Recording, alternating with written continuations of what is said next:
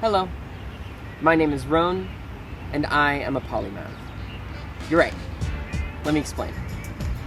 When I was a kid, people would ask me what I wanted to do when I grew up, and I never had an answer, or at least not a consistent answer. I could never choose just one. My interests never stayed consistent. When I was really young, I was into martial arts, which then blossomed into gymnastics. And then I got into puzzle solving, and then I got into magic, and then I got into Rubik's Cube solving, and then I got into parkour, and then I got into teaching parkour, and then I got into stunting and fight choreography. Then I became fascinated with circus performing and video making. And then I got interested in comedy, and then video editing, and then stand-up comedy. Somewhere in there, I became fascinated with literature and philosophy, travel, packing, dance, cooking, fashion, meta learning, video games, juggling, sailing, knot tying, and mind. Mentalism, coffee, pickup artistry, and knitting, archery, entrepreneurship and financial planning, mnemonic techniques, and just memorizing stuff. Screenwriting, skateboarding, programming, yo-yos, language learning, French, Spanish, sign language, body language, and poker, acting with a little bit of music, ukulele, guitar, violin, piano, drums, harmonica, poetry, puppetry, bartending, mixology, self-help books, meditation, scam artistry, clothing design, and speed reading. And I probably forgot a bunch. But every single time I tried something new, something that interested me or fascinated me, I was excited. I wanted to learn everything there was to learn about it. And it would be great for a few weeks to a few months, but inevitably, my interest would fade. I wouldn't look forward to doing the thing anymore. And every time I'd feel the slightest bit of shame.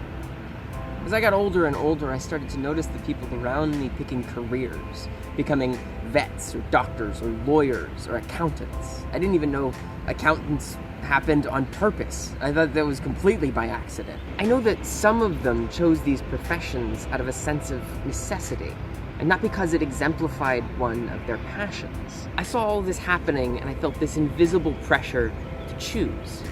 But I kept looking back at my spotty history of passions and thinking that I couldn't just choose one for the rest of my life.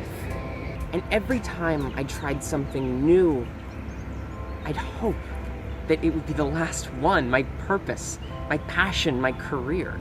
I'd still have the initial excitement, but it was tinged with this fear that it would be just like every other thing. That I would grow bored with it, and then eventually I'd be left alone, with nothing but a barrage of useless talents. If I, in addition to being a palindrome, is a show by Demetri Martin that chronicles his time when he realized that his childhood ambition of being a corporate lawyer was wrong.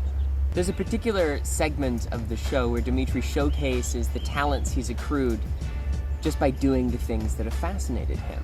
He calls it his useless talents. Useless talent. Hurry. Try. Practice. Do it. Go. Good. This gave me hope. Here was somebody who didn't know what they wanted to do with their lives and still succeeded.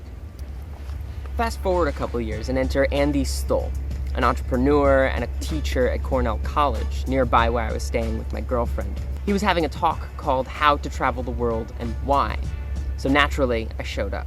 The talk covered a bunch of topics, including his 4 years traveling the world on working holiday visas, but the thing that stuck out to me most was how he described passions. He said, passions are not born, they're made. The way he discovered his passion for entrepreneurship was he tried everything. And if he didn't like doing that thing, he would just stop and mentally make a note that that thing was not his passion, and probably the things related to it.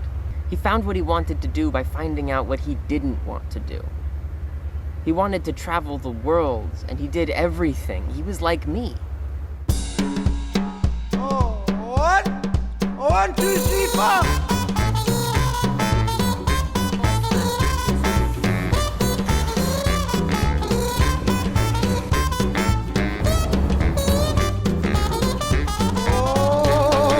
It's a year and a half later, and Dakota and I are in Christchurch, New Zealand. We're on our own working holiday visa.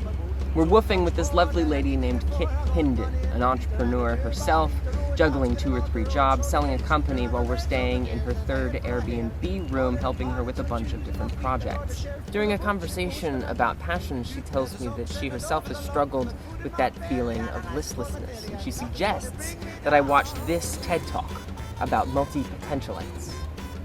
A multi-potentialite is someone with many interests and creative pursuits.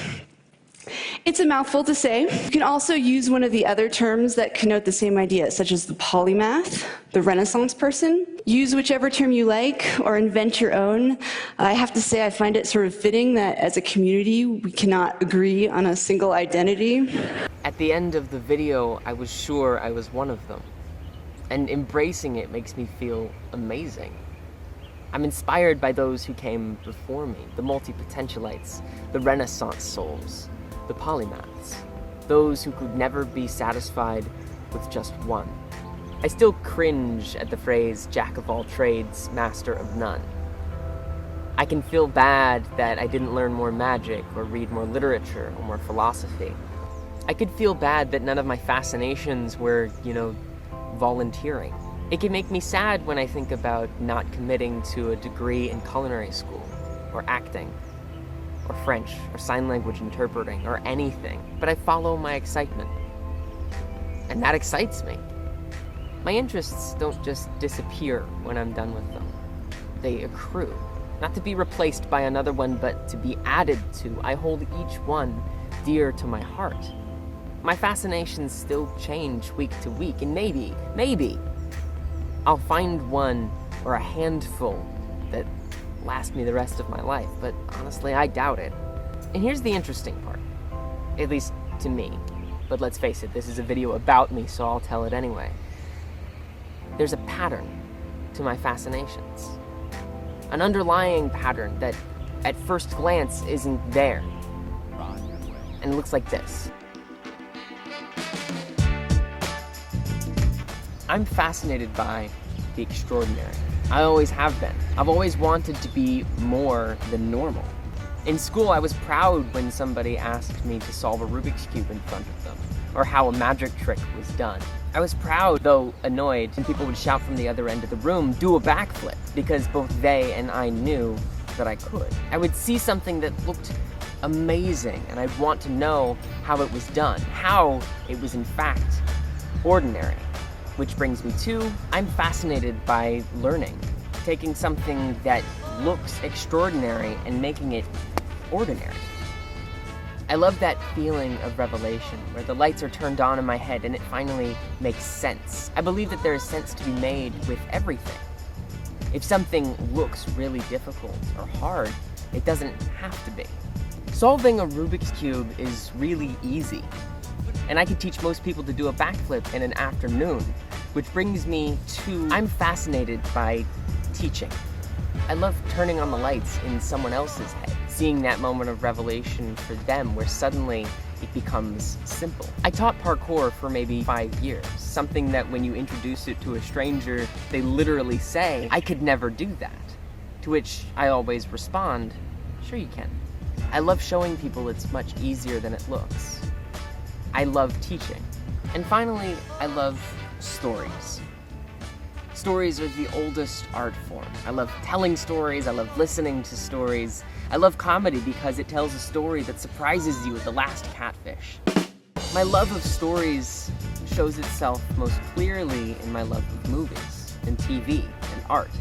These things that have consistently interested me, my underlying fascinations, my love of the extraordinary, making it ordinary and telling a story about it, that's what this is. I fully expect that it's going to change. It's going to go through phases and growth spurts. I'll become fascinated with something new, and I want to tell the story a different way every week. I want to do something new every week. But that excites me. Thank you for watching, and I'll see you next week.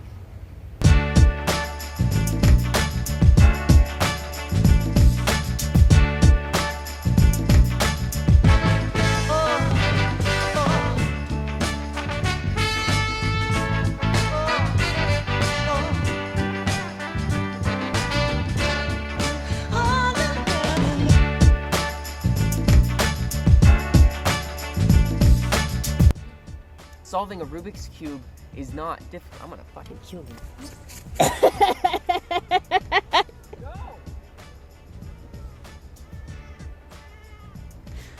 Behind the scenes at the Polymath, we're having to call security on these intruders. It's a small operation though, so security is also the talent.